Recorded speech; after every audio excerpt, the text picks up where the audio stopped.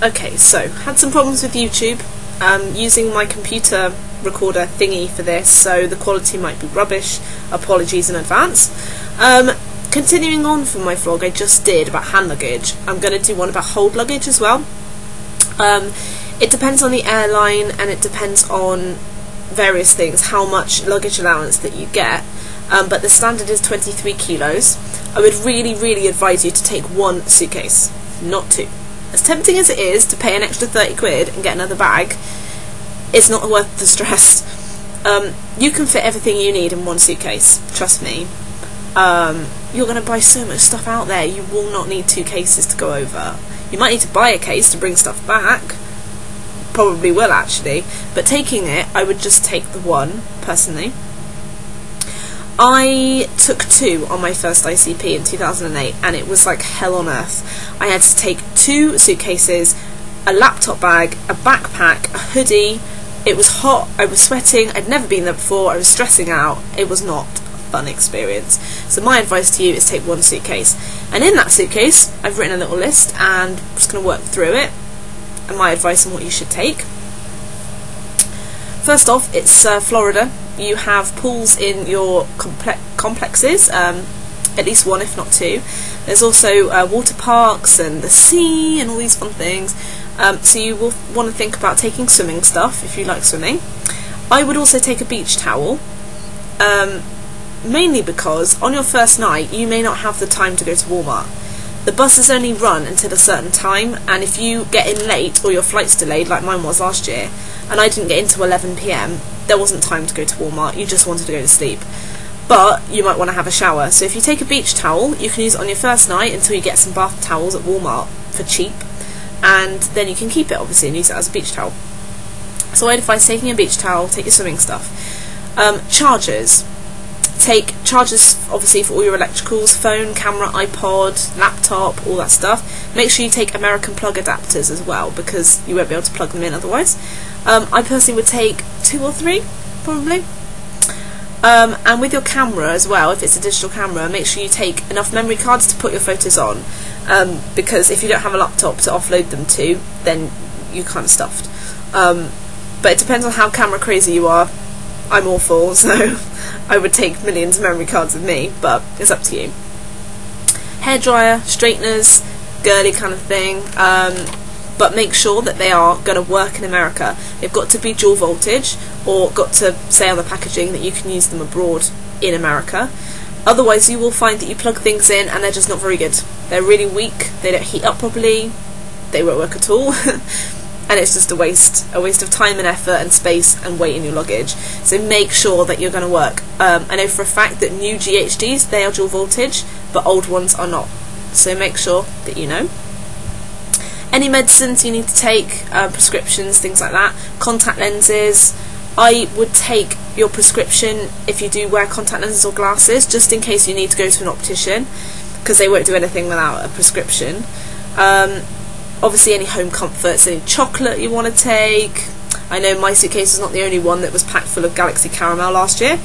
And obviously photos and things like that. But like I said, keep it small because it's not worth wasting the space in your luggage, to be honest. That's a bit mean. I mean, it is worth taking pictures of your family, but you know what I mean. Another girly one, makeup. They don't sell makeup removing wipes over there. I've really struggled to find them whenever I'm there, so I would take makeup removing wipes, if that's what you like to use, baby wipes, with you. They obviously do have makeup remover, but it's not the same. And just so you know, makeup in America is really cheap. It's the exact same brands, the exact same stuff we have here, but probably a third cheaper than it is here, so don't worry about taking loads of makeup because you can just buy it when you get there. I would also take a small bag. Again, more applicable to girls than boys, I think, but obviously the bag you're going to take as hand luggage is probably going to be quite a big bag, so take a little handbag, whatever, for the parks. You're going to want to take, you know, your bits and bobs, your water, snacks, all that stuff into the theme parks when you go as a guest. That's pretty much it for standard stuff, apart from clothes. Obviously I haven't really gone there yet. Toiletries. My advice is to take mini versions, little ones, of your shower gel, toothpaste, shampoo and conditioner, unless you like a specific shampoo and conditioner or a specific shower gel or whatever, I would just take minis, because they take up a lot less space, they won't leak, and you will have plenty of time to go and buy them at Walmart, the full size ones. If you think about it, taking shampoo and conditioner and shower gel in 300ml bottles is going to equate to probably a kilo just on those three things in weight. You could save that by just taking the mini ones and buying full size ones when you get there. That's personally my advice. As I said, you may not be able to get to Walmart on your first night. In 2008 I got there at about 6 PM to Vista Way, and there were no buses that ran after that on that specific day to Walmart, so we ended up going the next day. And I didn't take hardly any bedding with me. I had a sheet and that was it. So I personally would advise to go to Asda, Tesco, wherever, and buy one of those rolled up pillows. They're really like compacted. You can fit that in the bottom of your suitcase, and it is so nice to have a pillow on your first night, because you're going to be really tired, and then you can just unroll it and you've got a pillow there. And I also would take 2 sheets with you, one to put on the bed and one to have over you. It's up to you. You know, if you're lacking space, you could just leave them out and wing it, but it's really nice to have sheets and a pillow when you get there, because like I said, you will be tired. If you're going on the CRP and you're going a few days beforehand, you may well have much more of a chance to get to Walmart, and you won't need to take that stuff with you. You'll need a padlock for your locker in your room. So if you already have one, it's worth taking it, a little padlock or a combination lock. But if you don't, again, it's something you can buy at Walmart. And things, I've written a list of things not to take in your case. Sun cream. I mean, take sun cream by all means, but don't take massive bottles of it, because again, you can buy it in Florida and it's cheap. So just, I wouldn't waste the space if I were you. Bedding. Again, don't take a duvet, because that'll just take up your entire case. Don't take loads of pillows and all that stuff. I would literally say 1 rolled up pillow and 2 sheets. Done. You can buy pillowcases, you can buy comforters, blankets, whatever you want when you're over there. Bath towels, again, you can buy them, they're really cheap.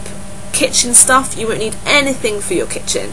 If anything, a tea towel is maybe all you need to take, because everything's provided. All your cutlery and plates and bowls and saucepans and chopping boards and knives and everything, they're all provided for you. Don't take too many clothes.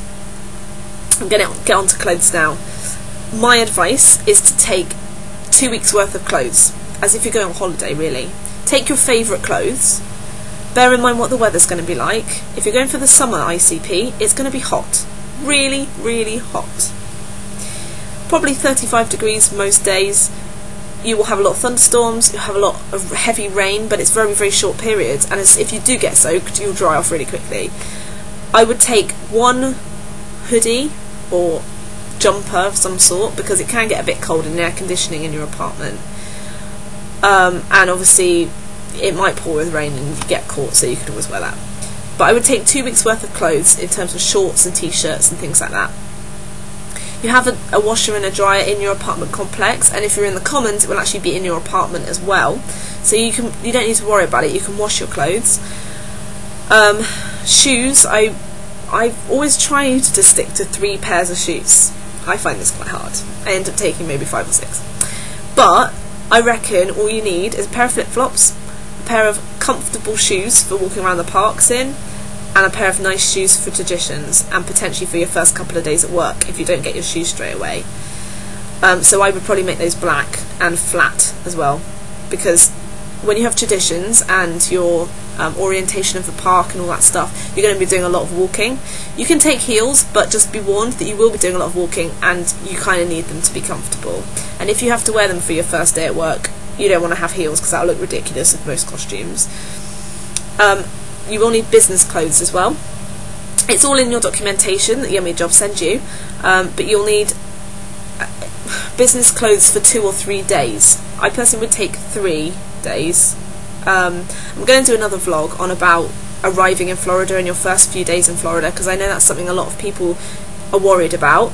But for business clothes, I just took a pair of smart trousers, I think they were dark grey or black, and like a shirt, like a button-down shirt, and a cardigan because the air conditioning can get really cold inside the classrooms. I think I took 3 shirts, which kind of covered me, and that's it. It doesn't need to take up a lot of space, and just a pair of plain black ballet pumps I took for traditions. For boys, I don't think ties are necessary. Some people do take ties, and jackets are definitely not necessary. It's just way too hot for jackets, unless it's the middle of winter when you start. Okay, I think I've covered pretty much everything on my list, actually. If I think of anything else, I will pop it on the blog post that I'm going to write about packing, and I will put it on an annotation onto the video as well, because inevitably I have forgotten something. If you have any questions or queries about packing or about anything else, feel free to leave me a comment on YouTube or go on my blog. Bye!